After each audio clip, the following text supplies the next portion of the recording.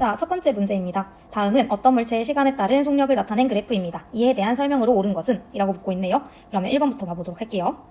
물체의 속력은 일정하게 감소한다 라고 되어 있어요. 시간에 따라서 속력이 어떻게 되고 있어? 일정하게 증가하고 있죠. 그래서요, 감소가 아닌 증가한다 이고요. 답 아닙니다. 자, 그 다음 두 번째, 물체가 이동한 거리는 일정하게 증가한다 라고 하고 있는데요. 시간에 따라서 속력 그래프가 일정하게 증가하는 거지 시간에 따른 이동거리가 일정하게 증가하는 게 아닙니다. 이거 2번 그래프는요, 어떻게 되냐면 시간에 따른 이동거리 그래프는 위에 있는 자유낙하 운동처럼 시간에 따라서 속력이 일정하게 증가할 때는 항상 시간에 따라 이동거리가 급격하게 증가하는 형태를 띱니다. 그래서요, 얘도요, 마찬가지로 시간에 따라서 이동거리가 급격하게 증가한다가 더 정확한 말이에요. 그래서 급격하게 증가한다로 수정해주면 되겠습니다. 자, 그 다음 세 번째입니다. 4초일 때 물체가 이동한 거리는 16m이다 라고 했어요. 여러분, 여기서 묻고 있는 건 이동거리예요. 이동거리는 시간 속력 그래프에서 무엇을 의미했었을까요? 무엇이 이동거리를 의미했었을까요? 맞습니다. 넓이를 가지고 이동거리라고 했었는데 기억할까요? 자, 지우고 생각해 볼게요. 등속운동 돌아가 봅시다. 등속운동에서 선생님이 그래프를 두 가지를 보여줬었어요. 시간에 따라 속력, 그 다음 시간에 따른 이동거리 그래프를 보여줬었는데 등속운동은 시간에 따라서 속력이 일정한 운동이고, 그리고 시간에 따라 이동거리가 급격하게 증가하는 그래프를 띄웠었습니다.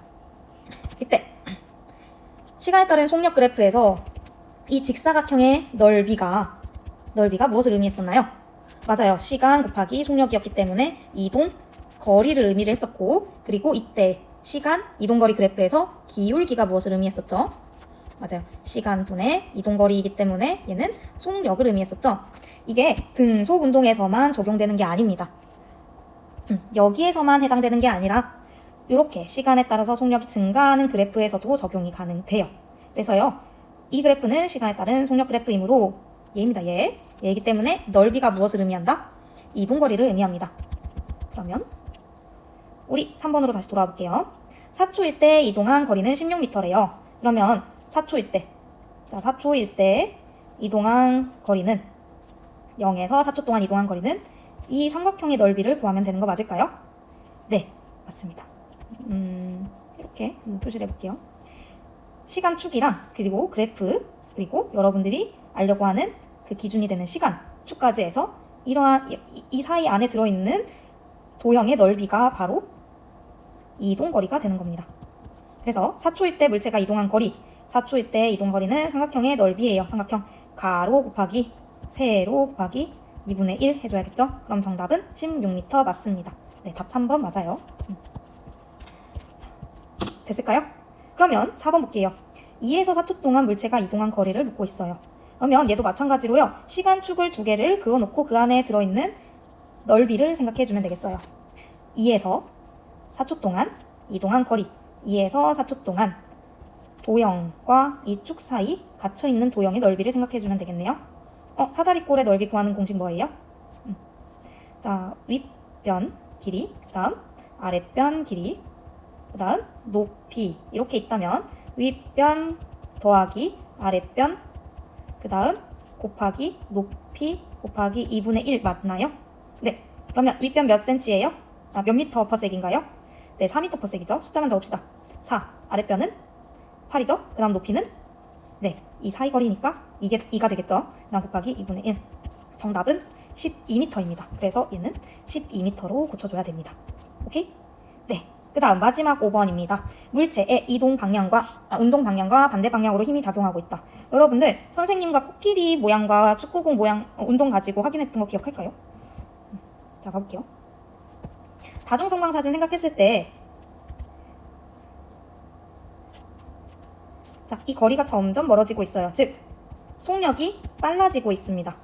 속력이 빨라진다라는 거는 이 운동 방향으로 힘을 가해야 더 빨라지는 거 맞을까요? 근데 얘 그래프만 봐도 시간에 따라서 속력이 증가하고 있기 때문에 이 물체도 운동 방향과 같은 방향으로 힘이 작용한다라는 것을 알 수 있습니다. 네, 아니에요. 그래서 정답은 3번이 되겠습니다. 정답 3번. 네, 좋습니다. 두 번째 문제 같이 봐보도록 할게요. 다음은 어떤 물체의 시간에 따른 속력을 나타낸 그래프이다. 이에 대한 설명으로 옳은 것은 지금 그래프 먼저 확인을 해볼게요. 시간에 따라서 속력이 일정하게 증가하고 있는 거 맞아요? 네. 그럼 이 친구는 1번 문제 보세요. 등속운동을 하고 있다. 아니죠. 등속운동의 형태는 시간에 따른 속력 그래프가 이렇게 일직선의 형태를 띄어야 합니다. 그래서 아니에요. 그 다음 두 번째, 2초일 때 속력은 5m/s이다. 인데요. 간단하게 확인하기 위해서는 그냥 여기다가 2초일 때 이렇게 높이가 몇일지 생각해보면 됩니다. 자, 이 삼각형을 보세요. 자, 4초일 때 이때의 높이가 10이잖아요. 4초일 때 높이가 10이죠. 그리고 그러면 2초일 때는 이 높이가 몇일까요? 그쵸, 5겠죠, 5. 그래서 속력은 5m/s이다. 맞습니다. 그러면 3번 볼게요. 4초일 때 물체가 이동한 거리는 40m이다 라고 하고 있는데요. 자, 다 지우고 생각해볼게요. 여러분, 이동한 거리를 빠르게 구하기 위해서는요, 시간 속력 그래프에서 무엇을 보면 되나요? 맞아요. 우리 직전 문제에서 확인했었죠? 이 넓이를 확인하면 되겠습니다. 0에서 4초 동안 이동한 총 거리는 4초의 선을 쫙 그어놓고 그래프와 이 축 안에 갇혀있는 삼각형의 넓이를 확인해주면 돼요. 그래프가 축과 이 시간축 사이에 이루고 있는 삼각형의 넓이. 그러면 한번 볼게요. 삼각형 가로가 4, 세로가 10. 삼각형의 넓이는 4 곱하기 10 곱하기 2분의 1 해서 20m입니다. 그래서 얘는 20m로 바꿔줘야 돼요. 자, 다음 네 번째. 2에서 4초 동안 물체가 이동한 거리는 20m이다. 이것도 마찬가지예요. 넓이를 확인해주면 됩니다. 근데 처음 시작이 0에서 4초가 아닌 2에서 4초이기 때문에 2초, 다음 4초 두 개의 시간축을 그어놓고 다음 이 도형과 이루고 있는 요 사다리꼴의 넓이를 구해주면 되겠습니다. 자, 2초일 때 높이가 몇이었어요? 5였죠. 그러면 사다리꼴의 넓이 구하는 공식 생각해봅시다. 여기가 5, 그 다음 아래가 10, 높이가 2잖아요. 그래서 5 더하기 10 곱하기 2 곱하기 2분의 1 맞나요? 네, 그러면 이거 계산하면 몇인가요? 15가 되겠죠. 그래서 15m이므로 얘는 정답이 아닙니다.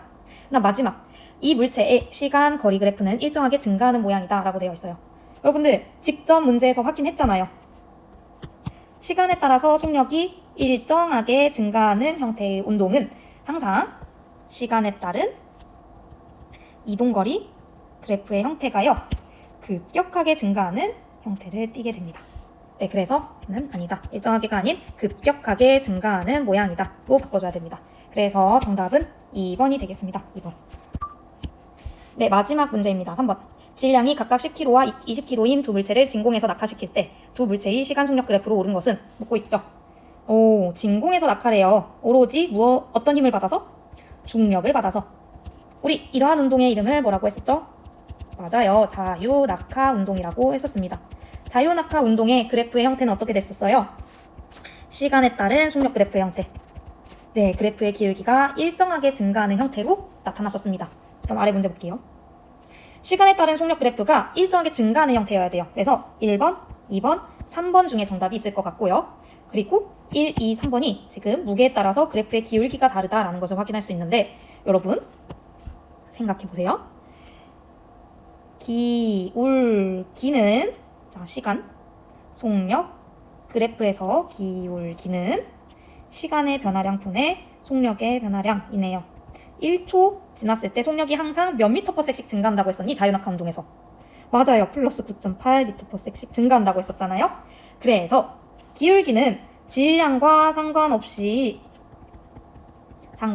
항상 9.8이다 라는 거 우리 수업 시간에 했었는데 기억해요? 네. 그렇기 때문에 정답은 1번입니다. 기울기가 동일해야 돼요. 질량과 상관없이 9.8로 동일해야 됩니다. 그래서 정답은 1번이 되겠습니다. 네. 자, 여기까지 우리 자유낙하 운동 해석을 좀 해봤는데요. 여러분들 어렵지 않았을까 좀 걱정이 되네요. 그래서 질문사항이 있다면 교무실로 와서 선생님한테 언제든 질문해도 됩니다. 너무 고생했고, 그리고 다음 시간에 또 만나도록 할게요. 수행평가 준비 화이팅입니다. 안녕.